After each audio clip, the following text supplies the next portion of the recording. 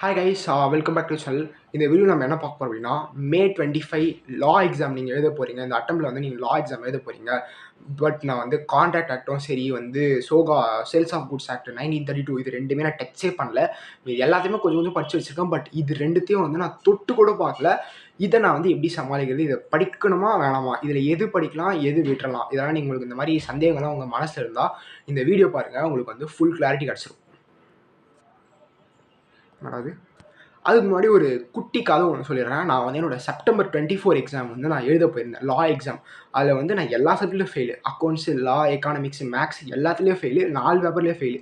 So அதில் வந்து என்னோட ஹையஸ்ட் மார்க் வந்து 36. லாலையும் சரி மேக்ஸ்லையும் சரி 36 எடுத்திருந்தேன். அந்த லாவில் 36 எப்படி எடுத்துருந்து பார்க்கலாம். நான் வந்து என்னோட செப்டம்பர் அட்டெம்ப்டில் இந்தியன் கான்ட்ராக்ட் ஆக்டும் சரி, சேல்ஸ் ஆஃப் குட்ஸ் ஆக்டும் சரி, பார்ட்னர்ஷிப் ஆக்டும் சரி, இந்த 3 ஆக்ட் நான் தொட்டு கூட பார்க்கல. எனக்கு ஒன்றுமே தெரியாது.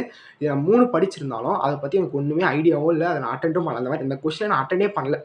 இருந்தாலும் என்னோட மார்க் வந்து 36 நான் எடுத்திருந்தேன். ஒரு வேளை இந்த இந்தியன் கான்ட்ராக்டும் சரி, சேல்ஸ் ஆஃப் குட்ஸ் ஆக்டும் சரி, இதை நான் எதனா ஒரு கொஞ்சோண்டு படிச்சு ஒரு 3 இந்தியன் கான்ட்ராக்ட் ஆக்டில் அந்த ஸ்பெஷல் கான்ட்ராக்ட்ஸ், அந்த கான்ட்ராக்ட்ஸும் சேல்ஸ் ஆஃப் குட்ஸ் ஆக்டில் எதனா 2 யூனிட் படிச்சு நான் எழுதியிருந்தா கூட ஒரு 45 இல்லை ஒரு 50 கிட்ட வந்திருக்கும். நான் என்னுடைய அந்த எக்ஸ்பீரியன்ஸ் வந்து கற்றுக்கிட்டேன்னா, இந்த இந்தியன் கான்ட்ராக்டும் சரி, சேல்ஸ் ஆஃப் குட்ஸ் ஆக்டும் சரி ஸ்கிப் பண்ணிட்டே போகக்கூடாது. எதனா ஒரு 2-3 சாப்டர் விடலாம். பட் டோட்டலாக ஸ்கிப் பண்ணது அப்படின்றது ஒரு முட்டாள்தனமான, கேவலமான, கன்றாவியான ஒரு ஐடியா அப்படின்றது வந்து என்னோட லேட் ஆஃப் அந்த ரிசல்ட் அதுக்கப்புறம் தான் கூட நான் தெரிஞ்சுக்கிறேன். எனக்கு புரியுது, எக்ஸாம் வந்து ஒரு 20 நாளில் வச்சுட்டு வந்து 15 நாளில் வச்சுட்டு என்ன படிக்கிறது, லாவில் வந்து என்ன படிக்கிறது, இது மாதிரி சில பேர் யோசிப்பாங்க. இன்னும் சில பேர் 15 நாள் இன்னும் இருக்குது. ஒரு அக்கௌண்ட்ஸ் எக்ஸாம் 5 நாள் 6 நாள் ஒதுக்கிட்டு 15 நாள் வந்து நமக்கு லா எக்ஸாம் இருக்குது. எப்படி இதில் வந்து நம்ம கான்ட்ராக்டரும் சரி, சேல்ஸ் ஆஃப் குட்ஸ் ஆக்டும் கம்ப்ளீட் பண்ணுறதுன்னு கேட்டீங்க. எப்படி நம்ம கம்ப்ளீட் பண்ணுறது, ஃபுல்லாக கம்ப்ளீட் பண்ண சில பேர் இருப்பாங்க. சத்தியமாக சொல்ல ஃபுல்லாலாம் கம்ப்ளீட் பண்ண முடியாது. பட் என்னால் என்ன ஒரு அட்வைஸ் சொல்ல முடியும். இதை நீங்கள் ஃபாலோ பண்ணீங்க அப்படின்னா, இந்தியன் கான்ட்ராக்டும் சேல்ஸ் ஆஃப் குட்ஸ் ஆக்டும் நீங்கள் டோட்டலாக ஸ்கிப் பண்ணதை விட்டுட்டு இந்த 2 யூனிட்ல இருந்தால் நீங்கள் அட்லீஸ்ட் ஒரு 10 மார்க்காவது எடுக்க முடியும். அதுக்கான மாய தந்திரங்கள் அதெல்லாம் இல்லை. ஒரு சின்ன சின்ன ஸ்ட்ராட்டஜின்னு சொல்லலாம். அது என்கிட்ட இருக்குது. அது என்னன்னு இந்த வீடியோவில் பார்க்கலாம். ஃபஸ்ட்டு நம்ம இந்தியன் கான்ட்ராக்ட் பற்றி பார்க்கலாம். சில பேர் வந்து இந்தியன் கான்ட்ராக்டை தொற்றுக்க கூட மாட்டீங்க. பட் இந்த நேரத்தில் நீங்கள் தொற்றுக்க கூட மாட்டீங்கன்னு சொல்லியிருந்தாலும் ஒரு பேசிக் சென்ஸ் ஆஃப் நாலேஜ் உங்களுக்கு இருக்கும். பேசிக் பிட் ஆஃப் நாலேஜ் என்ன அப்படின்னா, அக்ரிமெண்ட்னா என்ன, கான்ட்ராக்ட் என்ன, வாய்டபிள் கான்ட்ராக்ட் என்ன, வாய்டு கான்ட்ராக்ட்னா இந்த ஐடியா உங்களுக்கு இருக்கும். அப்படி அது கூட இல்லை அப்படின்னா, தலைவா இந்த அட்டெம்ப்ட் நீங்கள் ஸ்கிப் பண்ணுறங்க, இல்லை சும்மா போய் எழுதிட்டு வாங்க. இந்த அளவுக்கு உங்களுக்கு அறியும். இந்த பேசிக் அந்த வாய்ட் கான்ட்ராக்ட், வாய்டபிள் கான்ட்ராக்ட் உங்களுக்கு அது வரைக்கும் உங்களுக்கு தெரியும் அப்படின்னா, நீங்கள் இப்போ பண்ண வேண்டியது என்னன்னா, யூனிட் 9 ஏஜென்சி வந்து ஃபஸ்ட்டு கம்ப்ளீட் பண்ணணும். பெரிய யூனிட், ரொம்ப பெரிய யூனிட். பட் இருந்தாலும் இந்த 15 நாளில் யூனிட் 9 ஏஜென்சி கம்ப்ளீட் பண்ணது ஈஸியான விஷயம் சொல்றதை விட முடியக்கூடிய விஷயம், பாசிபிள் திங்க. நீங்கள் ஏதோ சேல்ஸ் ஆஃப் குட்ஸ் ஆக 4 யூனிட் இந்த 4ல் கம்ப்ளீட் பண்ணலாம். இருந்தாலும் சேல்ஸ் ஆஃப் குட் நீங்கள் கம்ப்ளீட் பண்ணதை விட்டு இந்தியன் கான்ட்ராக்ட் இந்த 3 ஸ்பெஷல் கான்ட்ராக்ட்ஸ் இருக்கும். லைக் யூனிட் 7 வந்து guarantee and indemnity and guarantee, bailment, agency.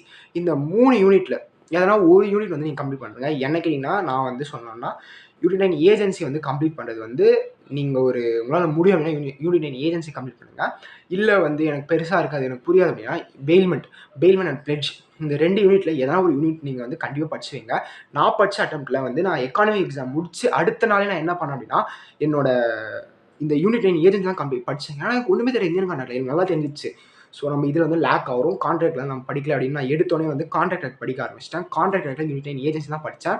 அந்த ஏஜென்சி படிக்கும்போது எனக்கு என்ன தெரிஞ்சு, அந்த கொஸ்டின் நான் என்ன படிச்சேன், ஃபர்ஸ்ட் நான் படிச்சது agencies authority in emergency section 189. எனக்கு ஒன்று ஞாபகம் இருக்குது. பிகாஸ் அவ்வளோ கொஷின்ஸ் இருந்தாலும் நான் ஃபஸ்ட் அதான் படித்தேன். ஏன்னா எனக்கு அதான் புரிஞ்சிச்சு. ஸோ அது படித்தேன். அந்த கொஷின் லிட்டரலாக சொல்ல போனால் அந்த கொஷின் எனக்கு வந்து, நான் போய்லாம் சொல்ல, கடவுள் மேலே சத்தியமாக சொல்கிறேன், நான் படித்த கொஷின் எனக்கு அப்படியே வந்துச்சு.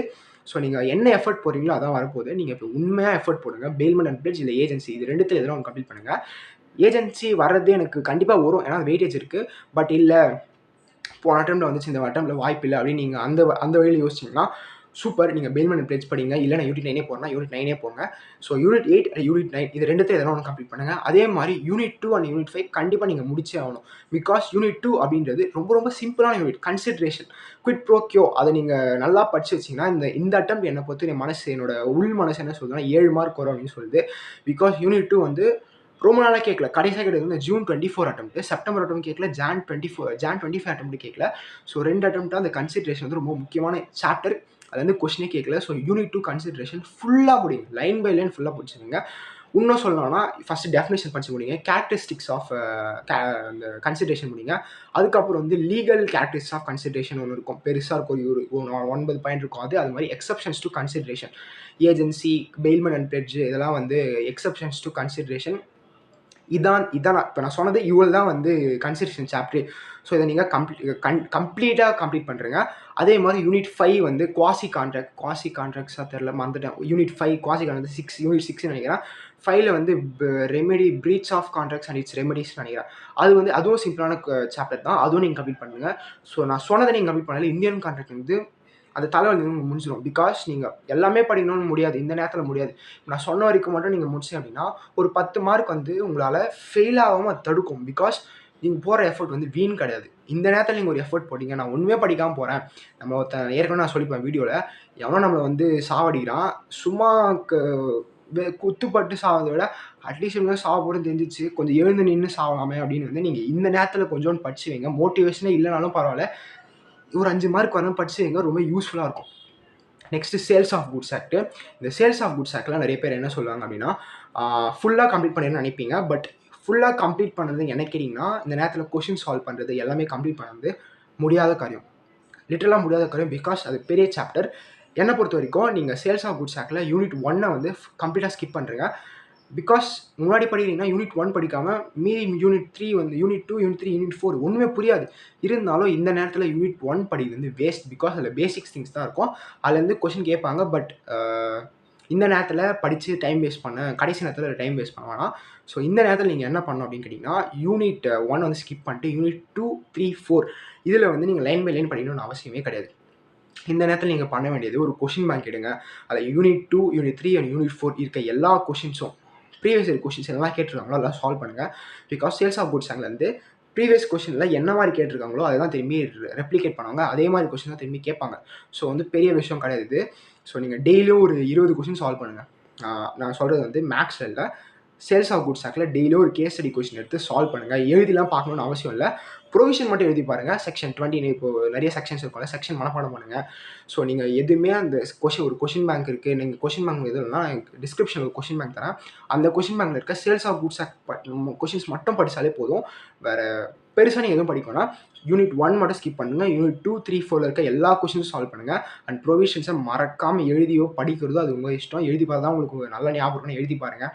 எனக்கு வந்து படித்தாலே போதும் அப்படின்னா படித்து பாருங்கள். ஸோ தட்ஸ் அபவுட் தி இந்த வீடியோட அஜெண்டா. அவ்வளோதான். நீங்கள் இப்போதைக்கு நீங்கள் ஒன்றுமே படிக்காமல் இருக்கீங்கன்னா இது மட்டும் படித்தாலே போதும். இது வந்து கேம்பிளாக கேட்டிங்கன்னா கண்டிப்பாக கேம்பிள் தான். பட் ஏற்கனவே சொன்ன மாதிரி ஒரு நல்ல காரியம் தான் சொல்லணும். ஒன்றுமே படிக்காத விட்டு something is better then nothing, அது மாதிரி இது சம்திங் ஏதோ ஒன்று பண்ணியிருக்கோம். இந்த வீடியோ உங்களுக்கு யூஸ்ஃபுல்லாக இருக்கும்னு நினைக்கிறேன். இன்னொரு நல்ல வீடியோ சந்திக்கலாம். பை.